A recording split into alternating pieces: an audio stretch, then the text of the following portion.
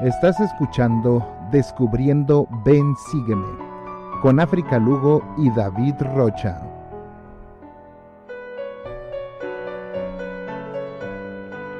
Las opiniones vertidas en este programa son de exclusiva responsabilidad de quienes las emiten y no representan necesariamente el pensamiento de la Iglesia de Jesucristo de los Santos de los Últimos Días.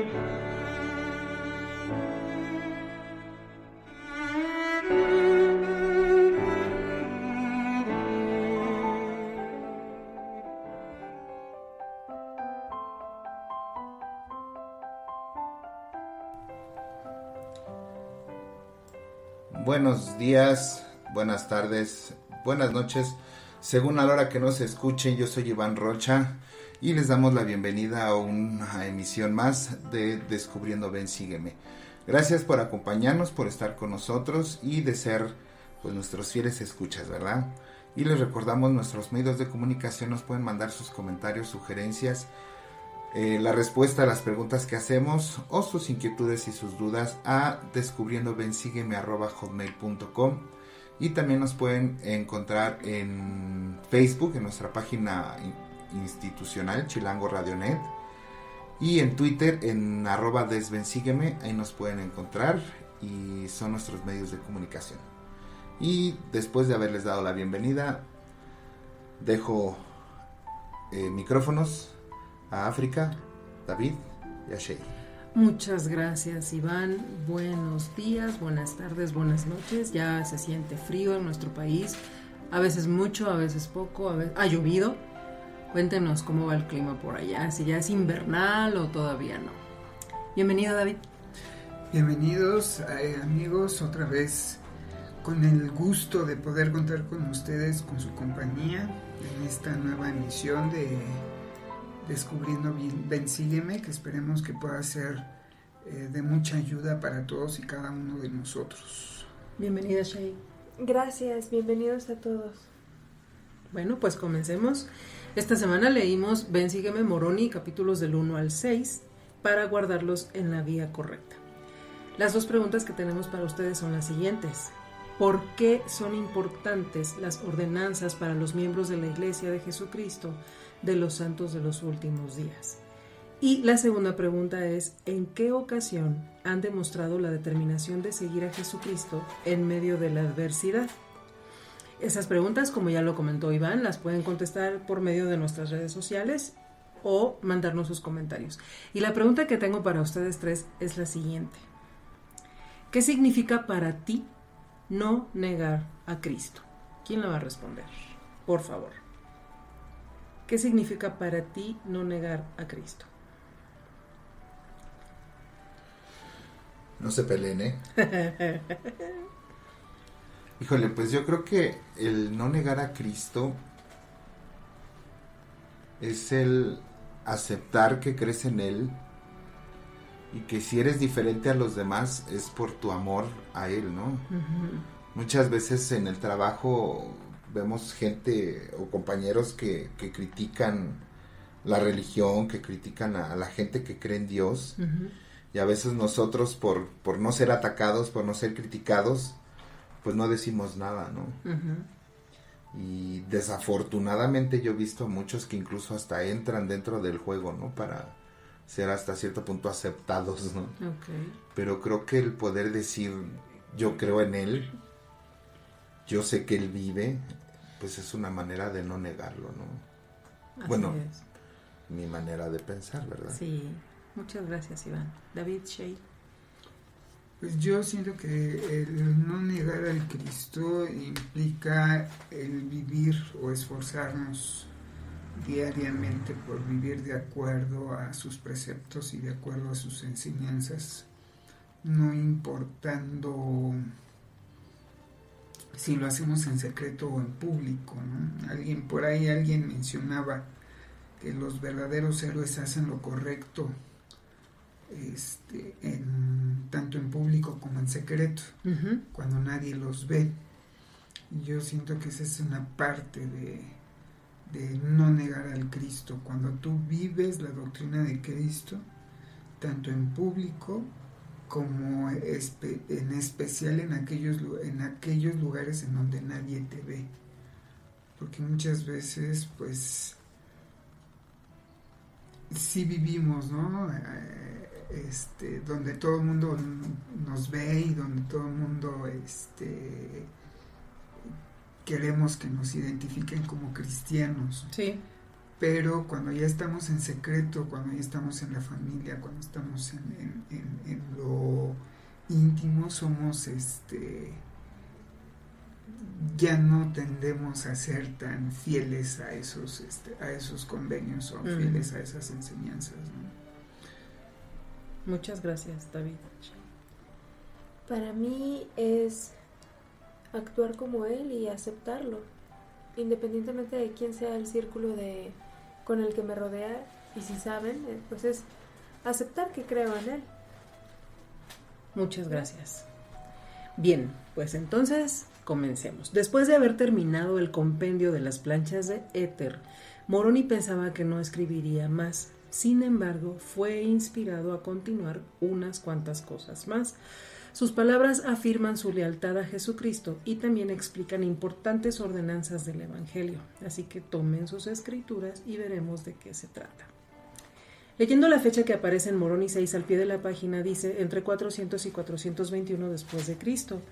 Y en el capítulo 10 leemos que dice aproximadamente 421 después de Cristo. Entendemos que Moroni vivió 21 años más después de la batalla final y él está pensando en el futuro. Vamos a leer, por favor, Moroni 1, versículo 4. Por consiguiente, escribo unas pocas cosas más, contrario a lo que había supuesto, porque había pensado no escribir más, pero escribo unas cuantas cosas más, que tal vez sean de valor a mis hermanos los lamanitas en algún día futuro, según la voluntad del Señor. Y ahora el versículo 3. Y yo, Moroni, no negaré al Cristo, de modo que ando errante por donde puedo, para proteger mi propia vida. Imaginemos la situación en la que se encuentra Moroni, escondido, solo, temeroso, errando para proteger su vida. ¡Qué situación tan difícil! Incluso podríamos pensar que estaba siendo atacado por Satanás, haciéndole dudar en dónde está su Dios, está solo, nadie te va a cuidar, etc. Pero manteniéndose firme en que no negaría al Cristo. En la conferencia general de abril de 2005, la hermana Susan W. Tanner dijo: sé que a veces muchas de nosotras también nos sentimos solas y sin amigos en un mundo inicuo. Algunas de nosotras pensamos que no tenemos a dónde acudir al enfrentarnos con nuestras pruebas. Pero tanto ustedes como yo no solo podemos sobrevivir, sino salir triunfantes, como Moroni, al esforzarnos por defender la verdad en tiempos peligrosos. ¿Qué hizo él al enfrentarse con un mundo solitario y hostil? En fiel obediencia a las instrucciones de su padre, terminó el registro en las planchas de oro, se familiarizó con los escritos de los profetas y, sobre todo, salió de su estado de desánimo al aferrarse a las promesas del Señor para el futuro. Se aferró a los convenios que Dios había hecho con los de la casa de Israel para bendecirlos para siempre. Vamos a leer, por favor, los encabezados de los capítulos 2 al 5. Jesús dio a los 12 discípulos nefitas poder para conferir el don del Espíritu Santo. Los élderes ordenan presbíteros y maestros mediante la imposición de manos. Se expone la forma en que los élderes y los presbíteros administran el pan sacramental. Se expone la forma de administrar el vino sacramental. Muchas gracias. Entendemos que se trata de las ordenanzas del sacerdocio.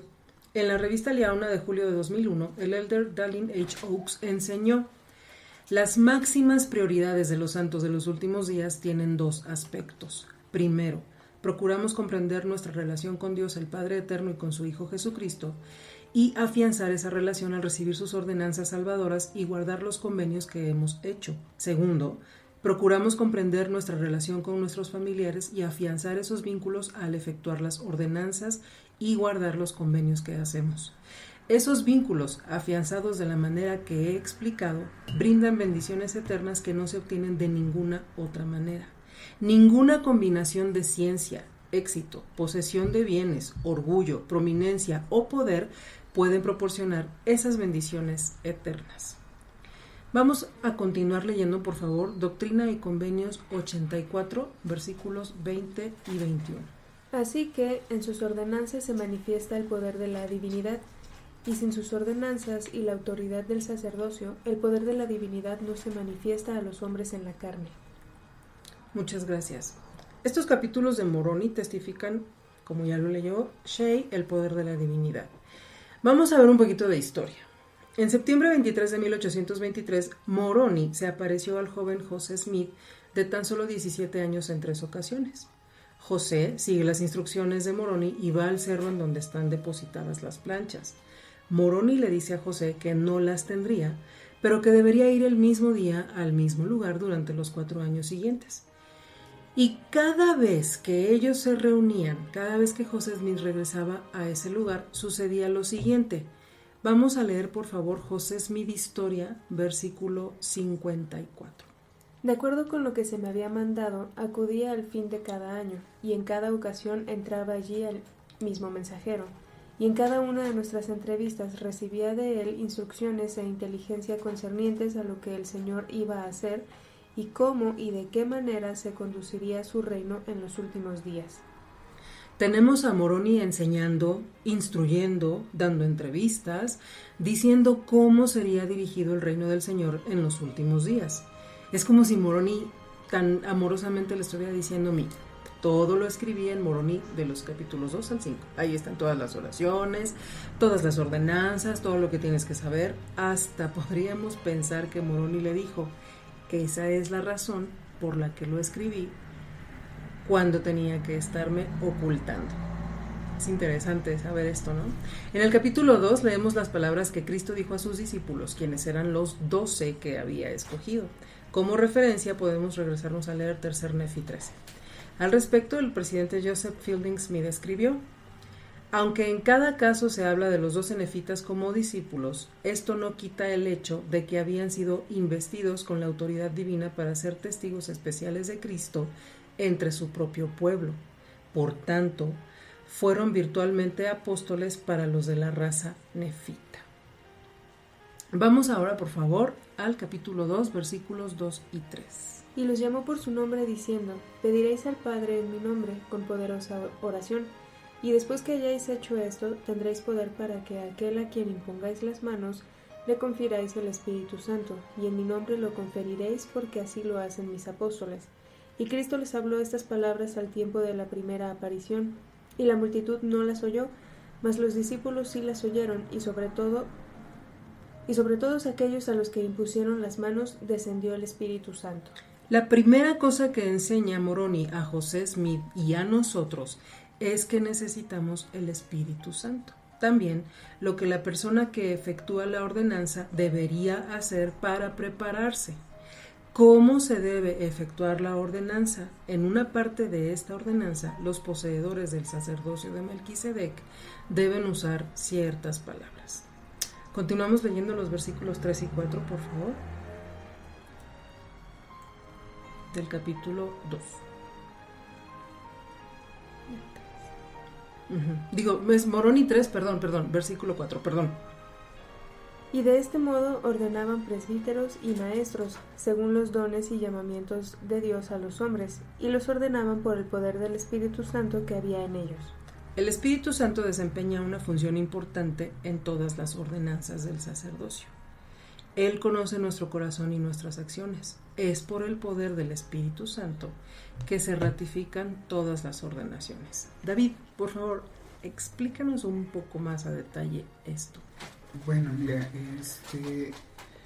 yo creo que aquí Moroni nos enseñó perfectamente la relación que existe entre el poder del sacerdocio, la autoridad del sacerdocio y el poder del Espíritu Santo, que son 3 cosas que no son lo mismo, pero que van muy de la mano y están estrechamente relacionadas.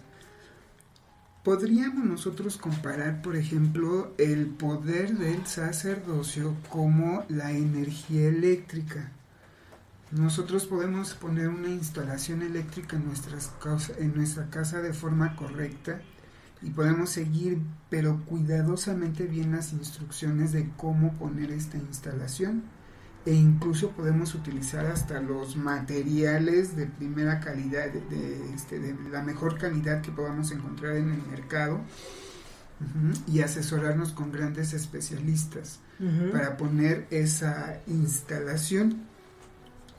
Pero si no hacemos el contrato con la compañía de luz, que es la que nos va a proveer de esa energía eléctrica, pues así podamos tener la mejor instalación, simple y sencillamente en nuestra casa no va a tener luz, no va a haber luz, claro, no va a haber esa energía. Entonces, de forma similar, para conferir el sacerdocio, la persona que lleva a cabo la ordenanza debe de poseer el poder necesario del Señor, que es precisamente el poder del sacerdocio. El poder del sacerdocio es como esa energía. Y nosotros sabemos que para que un hombre pueda ser ordenado al sacerdocio y que pueda ser investido con ese poder, la persona que hace la ordenanza debe de tener el permiso pertinente para conferirlo. A ese permiso es al que nosotros llamamos la autoridad para poderlo hacer. Ahora, ¿qué tiene que ver el poder del Espíritu Santo con la doctrina del sacerdocio? Específicamente hablando de estos dos aspectos, del poder y la autoridad del sacerdocio. Nosotros sabemos que el hombre tiene que ser llamado al sacerdocio y a cualquiera de los llamamientos dentro del sacerdocio debe de ser llamado por profecía. Y nosotros sabemos que el don de profecía o espíritu de profecía es un don que viene por medio del Espíritu Santo. Entonces, si no contamos con el Espíritu Santo, entonces, ¿cómo podemos ejercer el don de profecía para poder llamar a los hombres a que ocupen esos cargos divinamente establecidos? De hecho, el profeta José Smith habló en cuanto a la función del Espíritu Santo en estas ordenaciones, y me gustaría citarlo tal como él lo menciona. Creemos que en la actualidad se disfruta del don del Espíritu Santo tan ampliamente como en los días de los apóstoles. Creemos que el don del Espíritu Santo es necesario para constituir y organizar al sacerdocio, y que sin él nadie puede ser llamado a ocupar puesto alguno en el ministerio. También creemos en profecías, en lenguas, en visiones, revelaciones, dones, sanidades, y que no se puede recibir estas cosas sin el don del Espíritu Santo. Entonces, aquí nosotros nos podemos realmente con estos tres aspectos importantes, nosotros nos podemos cerciorar o tener la confianza y tener el testimonio y la certeza de que la iglesia está gobernada, el sacerdocio está dirigido, está organizado directamente por profecía y directamente por nuestro Señor Jesucristo, que es el que está a la cabeza. Ahora, nosotros sabemos, en Doctrina y Convenios se nos dice perfectamente, como tú ya lo habías expresado, para que las ordenanzas del sacerdocio tengan validez, tienen que ir avaladas o selladas por el poder del Espíritu Santo. Y yo creo que eso es algo increíble y creo que todos nosotros lo hemos experimentado. Hemos tenido esa bellísima oportunidad. Por ejemplo, cuando entras al templo, cuando eres sellado a tus padres o eres sellado a tu pareja, que realmente puedes llegar a sentir el poder del Espíritu Santo, el poder del sacerdocio y la autoridad con la que el hombre que está sellando a una familia o un matrimonio por todas las eternidades, puedes llegar a sentir el Espíritu Santo que te confirma por medio de la revelación a ti que esa ordenanza que se está llevando a cabo en ese lugar sagrado está siendo avalada por los cielos, o que se está llevando a cabo por las llaves correctas del sacerdocio. Y esa es precisamente la relación que aquí Moroni nos enseña, que hay entre la doctrina del sacerdocio y pues obviamente el poder del Espíritu Santo. Muchas gracias. Moroni 4 y 5 presentan una relación de las oraciones sacramentales que el Señor reveló a su iglesia de la América Antigua. El Señor ha revelado las mismas oraciones en los últimos días. La referencia la encontraremos en Doctrina y Convenios 20, 77 y 79. Y son más que oraciones. Son dos partes de una ordenanza sagrada. Existen algunas ordenanzas en las que a los oficiantes se les requiere repetir las mismas palabras vez tras vez. En la Liauna de julio del año 2006, el elder Bednar enseñó: mediante la ordenanza de la Santa Cena, renovamos nuestro convenio bautismal y recibimos y retenemos la remisión de nuestros pecados. Además, se nos recuerda semanalmente la promesa de que podemos tener su Espíritu con nosotros. Al esforzarnos por mantenernos puros y sin mancha del mundo, nos convertimos en vasos dignos en los que el Espíritu del Señor podrá morar siempre. Vamos a leer, por favor, el versículo 3 del capítulo 4. Oh Dios, Padre eterno, en el nombre de Jesucristo, tu Hijo, te pedimos que bendigas y santifiques este pan para las almas de todos los que participen de él, para que lo coman en memoria del cuerpo de tu Hijo y testifiquen ante ti. Oh Dios, Padre eterno, que están dispuestos a tomar sobre sí el nombre de tu Hijo y a recordarle siempre y a guardar sus mandamientos que Él les ha dado, para que siempre puedan tener su espíritu consigo. Amén. Vamos a analizar con mucho cuidado este versículo. Dice ahí, para las almas de los que lo coman, es decir, nuestra verdadera esencia, lo que esperamos y deseamos, lo que nos esforzamos constantemente por salvar, nuestras almas. También dice tomar sobre sí el nombre de tu Hijo. El presidente Joseph Fielding Smith enseñó: nuestro testimonio de que estamos dispuestos a tomar sobre nosotros el nombre de Jesucristo tiene diversos significados. Algunos de estos son claros y están al alcance del entendimiento de nuestros hijos. Otros son evidentes solo para los que han escudriñado las Escrituras y meditado los prodigios de la vida eterna.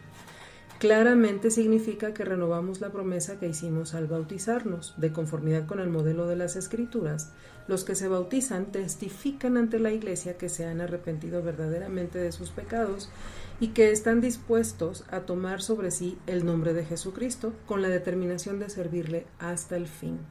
Cuando participamos de la Santa Cena, renovamos este convenio y todos los demás convenios que hicimos en las aguas del bautismo. También significa, obviamente, que tomamos sobre nosotros el nombre de nuestro Salvador al llegar a ser miembros de la Iglesia de Jesucristo de los Santos de los Últimos Días. También tomamos sobre nosotros el nombre de Jesucristo cada vez que proclamamos públicamente nuestra creencia en Él. Todos tenemos muchas oportunidades de proclamar nuestra creencia a nuestros amigos, vecinos, compañeros de trabajo y conocidos. Un tercer significado resalta en el entendimiento de los que poseen la madurez para saber que un seguidor de Cristo está obligado a servirle. Al testificar que estamos dispuestos a tomar sobre nosotros el nombre de Jesucristo, manifestamos nuestra buena voluntad de hacer la obra de su reino. En esos tres significados relativamente obvios, Vemos que tomamos sobre nosotros el nombre de Cristo cuando nos bautizamos en su nombre, cuando pertenecemos a su iglesia y profesamos nuestra creencia en Él y cuando hacemos la obra de su reino. También dice recordarlo siempre. Al respecto, el presidente Henry B. Eyring enseñó: mi mensaje consta de una súplica, una advertencia y una promesa. Les suplico que con determinación hagan las cosas sencillas que les permitan avanzar espiritualmente. Comiencen por recordarlo. Recordarán lo que saben y lo que aman. El Salvador nos ha dado las Escrituras por las que los profetas pagaron un precio que no podemos ni imaginar para que nosotros pudiéramos conocerlo. Sumérjanse en las Escrituras. Decidan en este momento leer más y con mayor eficacia que antes. Leímos sobre el bautismo. David, háblanos acerca del bautismo, por favor. Ok, mira. Yo creo que aquí podemos, antes que otra cosa, podemos nosotros constatar algo muy importante. Y si nosotros estudiamos un poquito de cómo fue que el Salvador instituyó que se debería de hacer la ordenanza del bautismo, cuando él hizo su ministerio entre los nefitas, nos vamos a dar cuenta que es exactamente igual que 400 años después, como nos los está enseñando Moroni. Moroni está ratificando nuevamente que la ordenanza del bautismo debe de ser de esa forma. Y también, si lo podemos leer en Doctrina y Convenios, si podemos leerlo en el Nuevo Testamento, nos damos cuenta que no cambia. Así es. Entonces aquí, antes que cualquier otra cosa, podemos darnos cuenta que las ordenanzas del Evangelio no cambian, son las mismas en el pasado, en el presente, y así tendrán que ser hasta el futuro, ¿no? Pero aquí Moroni nos enseña que para que nosotros podamos, todos los que aspiramos a hacer el convenio del bautismo para poder ser miembros de la Iglesia de Jesucristo de los Santos de los Últimos Días, mediante ese convenio que hacemos del bautismo, tenemos que cumplir por lo menos con 4 condiciones muy importantes.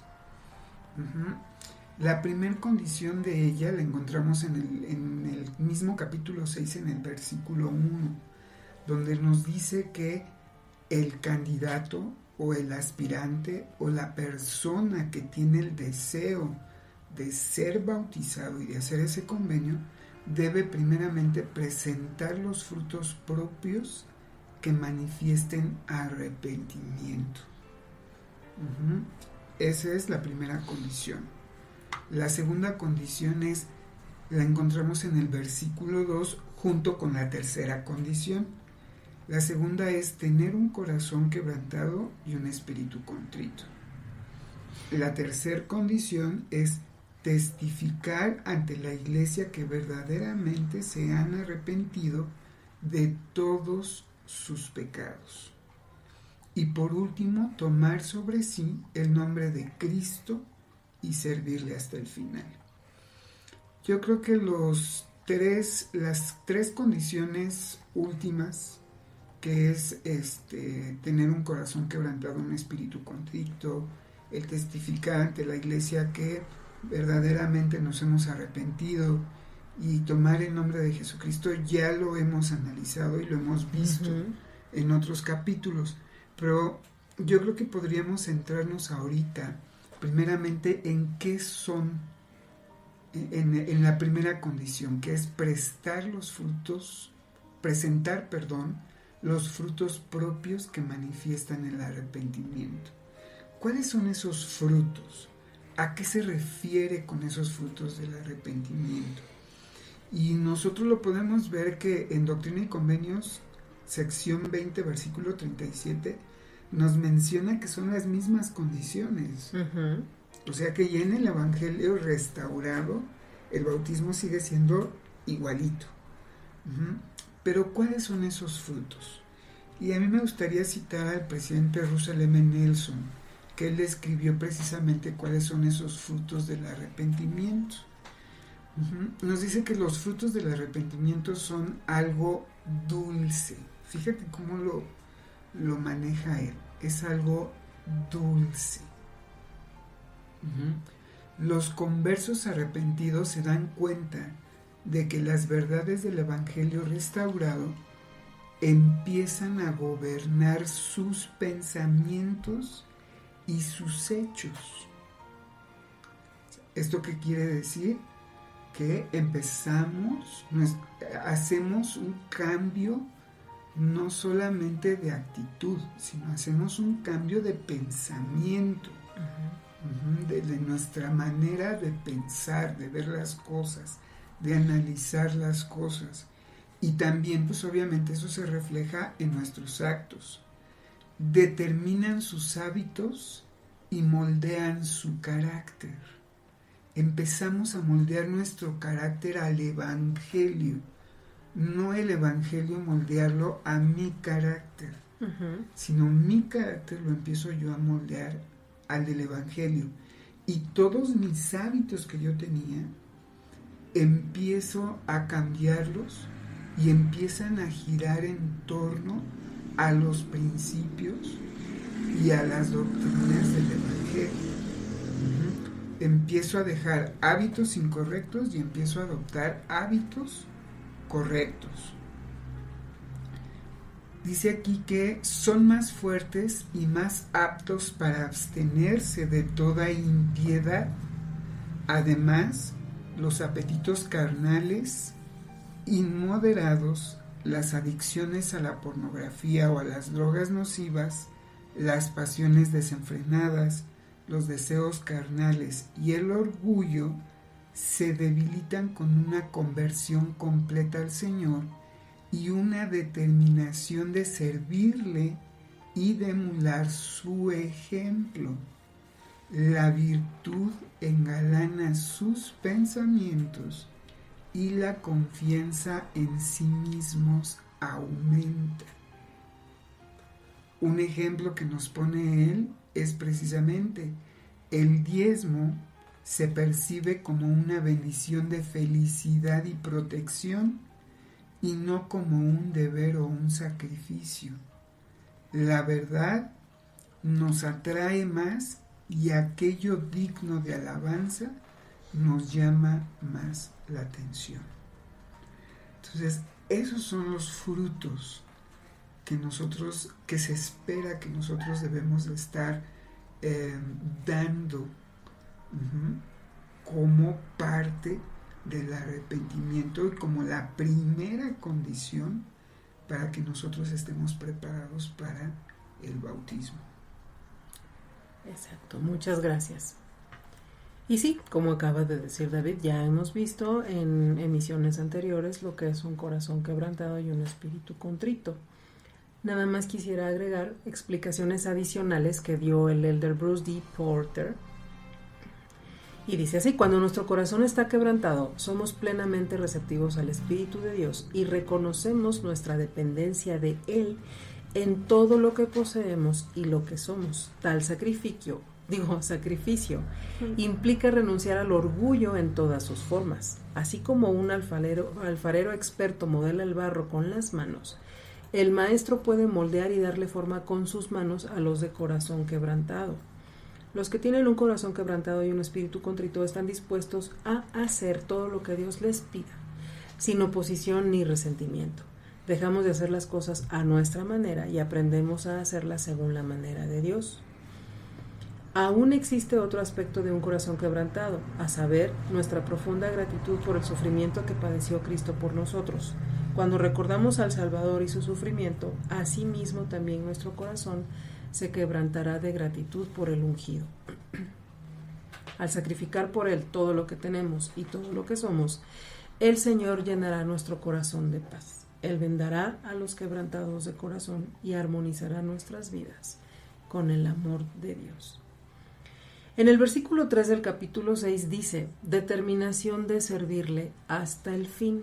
El presidente Thomas S. Monson enseñó: aunque la exaltación es algo personal y no somos salvos en grupo, sino como individuos, no podemos vivir aislados.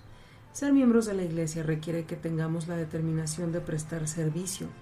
Un cargo de gran responsabilidad quizás no traiga un importante reconocimiento consigo, y la recompensa podría no distinguirse. A fin de que el servicio sea aceptable para el Salvador, es necesario que provenga de quienes tengan una mente voluntariosa, manos hacendosas y un corazón dedicado.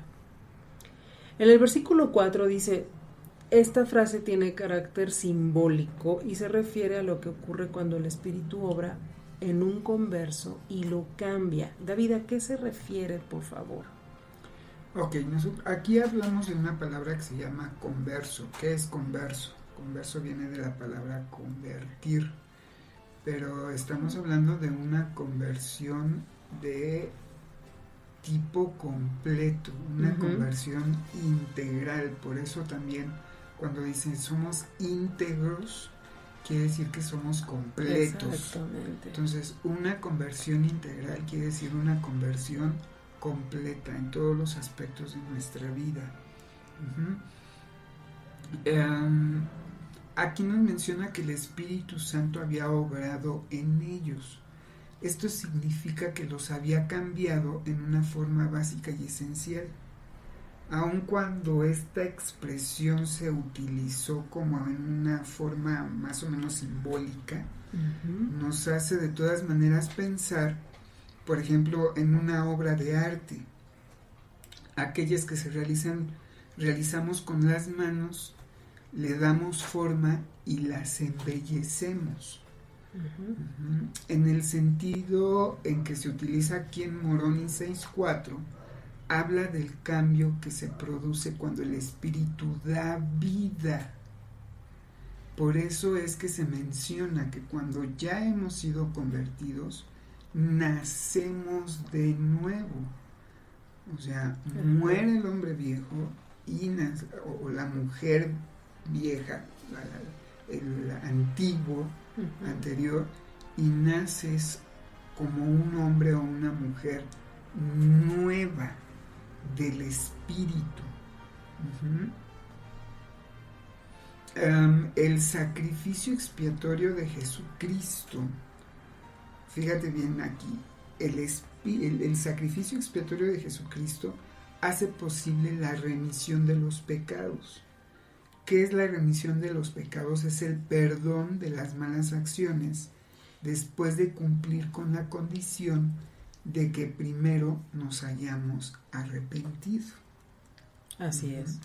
O sea, la expiación nos ayuda a que por medio de la sangre de Jesucristo nuestros pecados sean perdonados.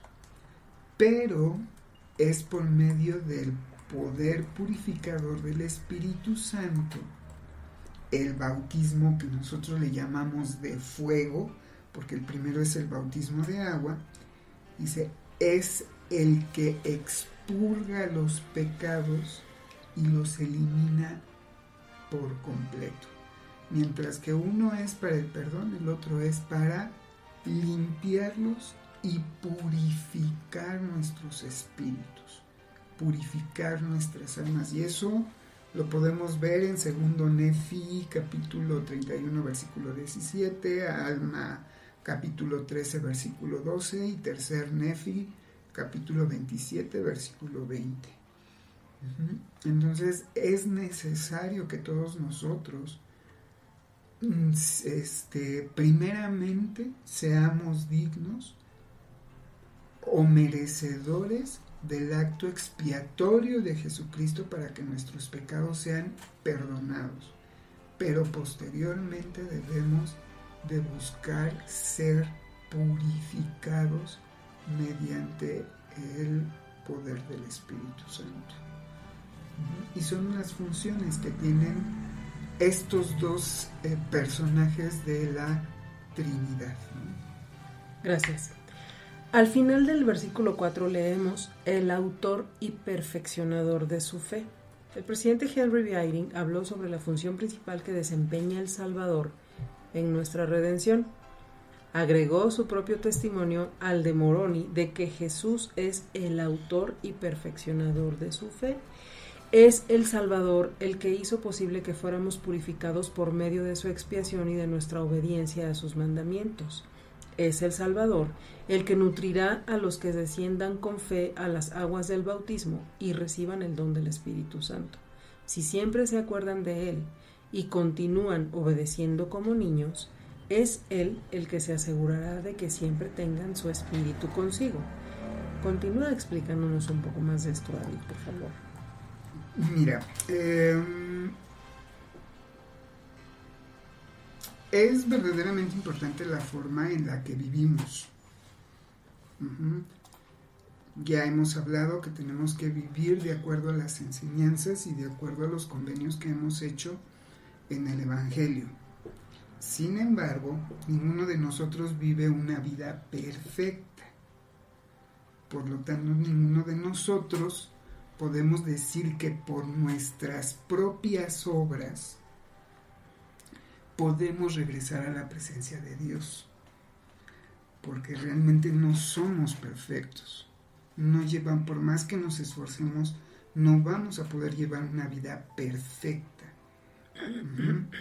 Por eso es importante que Jesucristo, quien sí llevó una vida perfecta, pagara el precio de nuestros pecados por medio de su sangre. Un ser perfecto tiene que pagar por nosotros que somos los imperfectos. Y es por eso que una persona solo puede comenzar a tener fe cuando confiamos en los méritos de Cristo. Por eso es que le llamamos que Él es el autor de nuestra fe, porque realmente nuestra fe se basa en sus méritos. Luego que nuestra fe comienza a crecer, debemos de seguir confiando en los méritos de Cristo todavía. Tan importante es para nosotros la expiación a medida de que perseveramos hasta el fin, y es solamente mediante una fe constante en el Redentor y por medio del arrepentimiento que podemos perseverar hasta el fin. En ese sentido, Jesús es el consumador de nuestra fe. El autor y el consumador. Y el consumador. En ese sentido, desde ese momento más bien en que aceptamos a Cristo y nos hacemos merecedores del renacimiento hasta el fin de nuestras vidas, debemos confiar solamente en los méritos de Cristo, el autor y el consumador. Entonces, es importante porque solamente Él, a partir de ahí más bien es como precisamente viene aquella característica importante que es precisamente la esperanza, porque a medida de que nosotros aprendemos a confiar en la expiación de Jesucristo, es como entonces nuestro corazón se empieza a llenar de esperanza en el futuro, en lo que va a venir. Nosotros realmente, vívidamente, no nos acordamos o no presenciamos, sí la presenciamos, pero no nos acordamos de la expiación y la resurrección de Jesucristo. Pero si nosotros guardamos esa esperanza en esos atributos especiales de Cristo, entonces es como nosotros podemos perseverar hasta el fin. ¿Por qué? Porque tenemos que confiar y tenemos que saber y tener la fe inquebrantable de que efectivamente nuestros pecados van a ser perdonados y que así como Jesucristo se levantó al tercer día, todos nosotros vamos a resucitar y pues obviamente regresaremos a la presencia de nuestro Padre Celestial. Y ahí es en donde se consuma nuestra fe. Muchas gracias. Por último, se nos invita a reunirnos con frecuencia, que no haya iniquidad entre nosotros y hacer caso a las manifestaciones y guía del Espíritu. ¿Qué pasa aquí, David? ¿De qué se trata esto?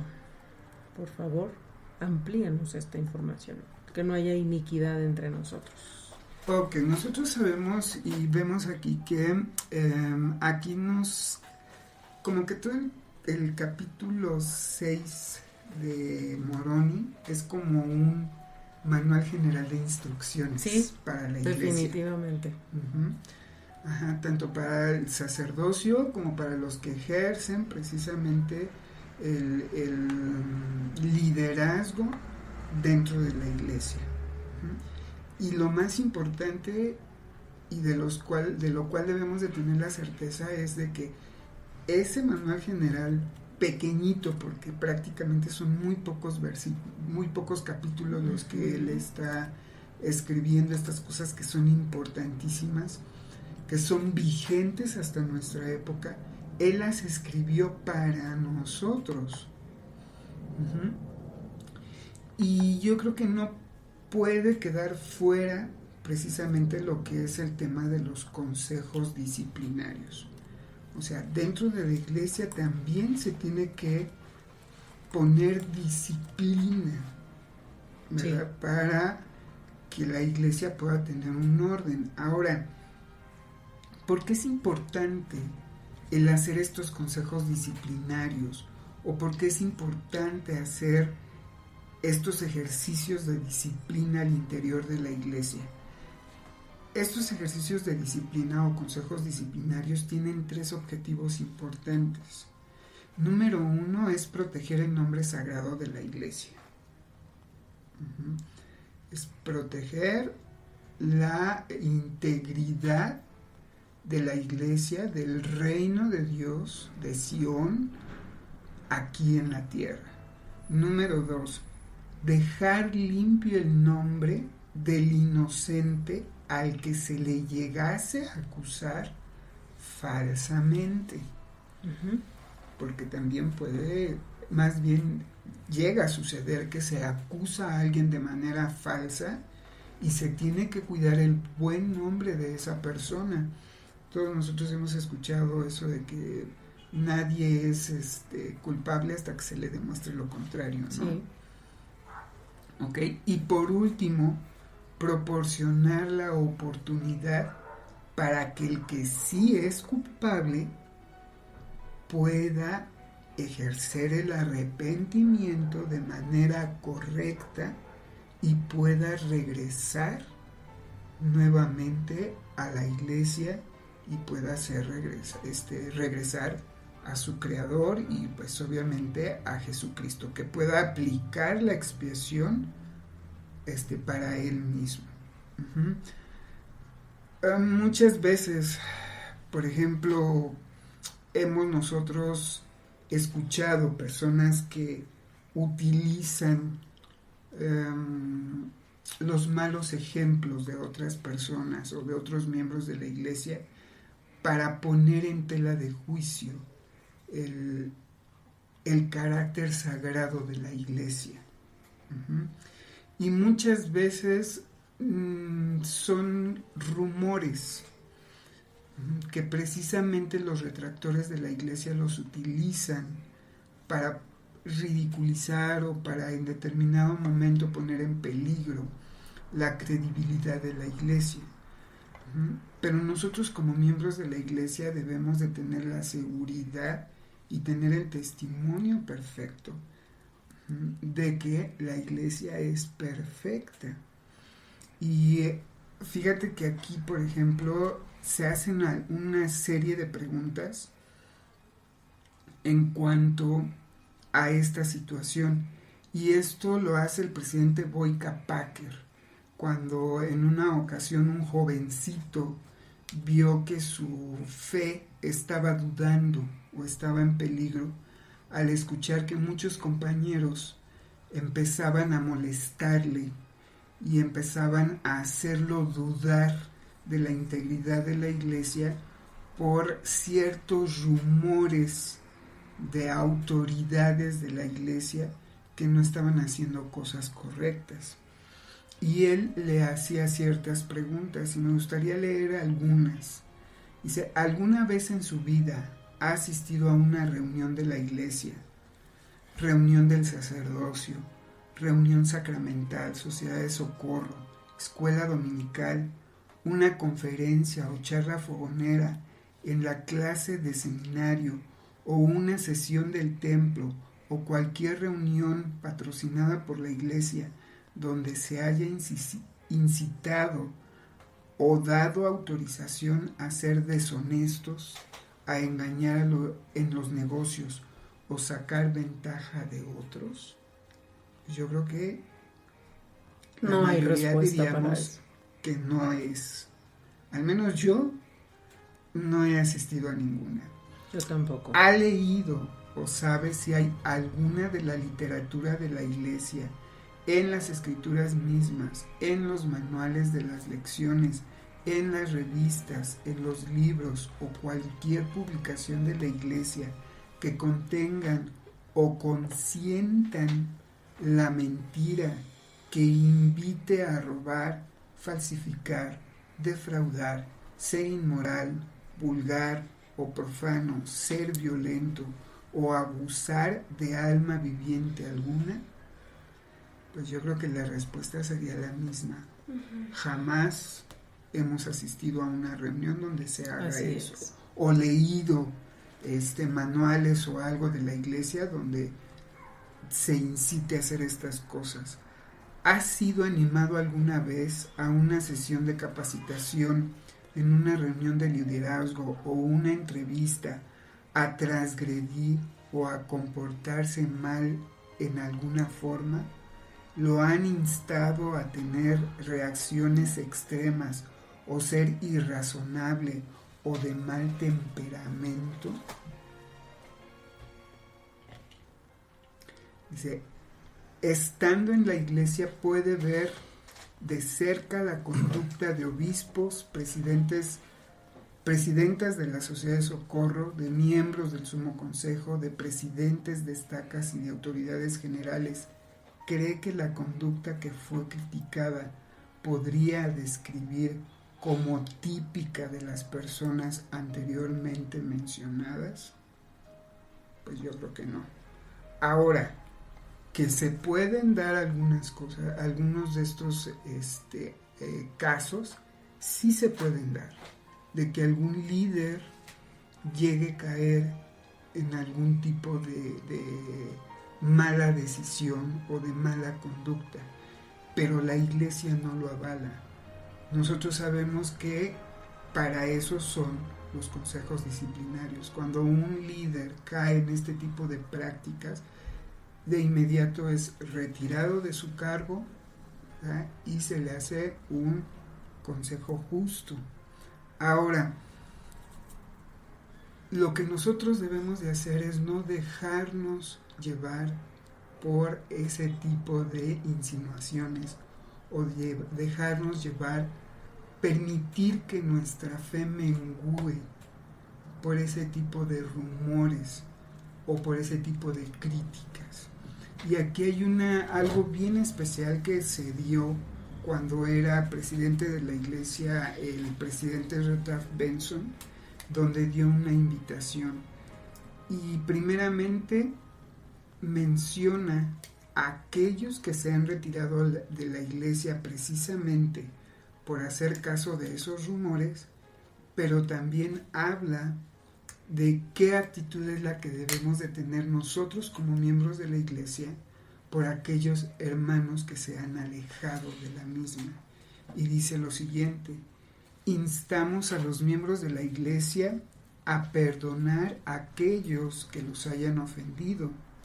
A los que no son activos o se inclinan a criticar, les decimos regresen a deleitarse a la mesa del Señor, y a probar otra vez los dulces y satisfactorios frutos de la hermandad con los santos.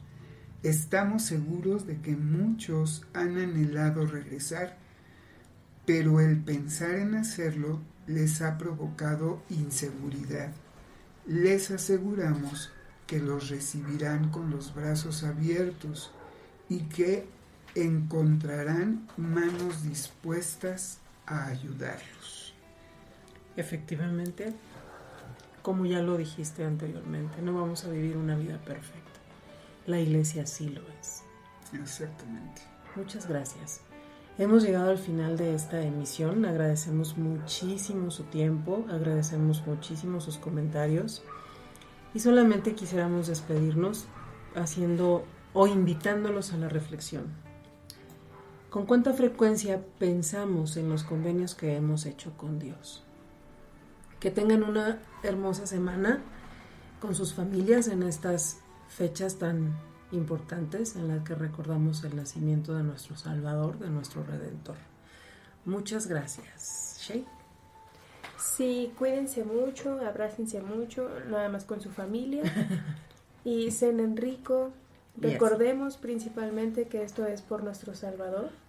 Es un motivo más profundo que solamente las fiestas y ya. Gracias, Shay. David.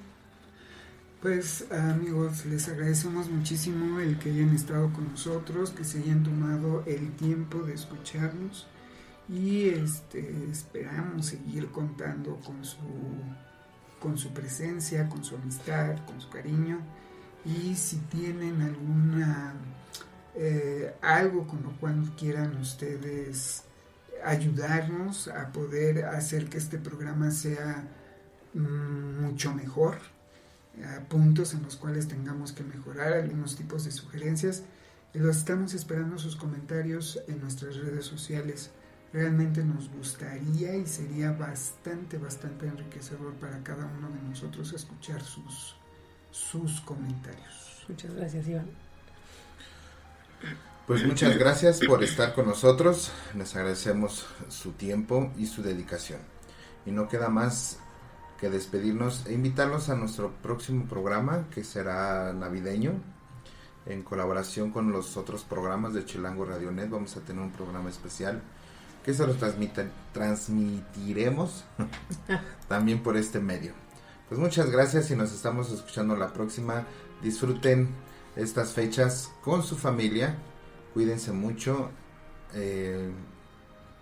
la pandemia sigue y no es momento de levantar la guardia, hay que estar atentos y cuidarnos, de bajar la guardia, perdón, de cuidarnos y de estar atentos y levantemos la guardia. Sí. Gracias por escucharnos, nos vemos la próxima, adiós.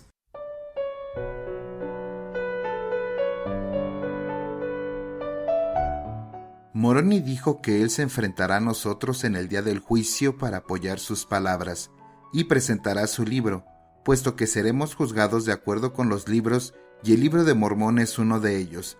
Elder Mark A. Peterson.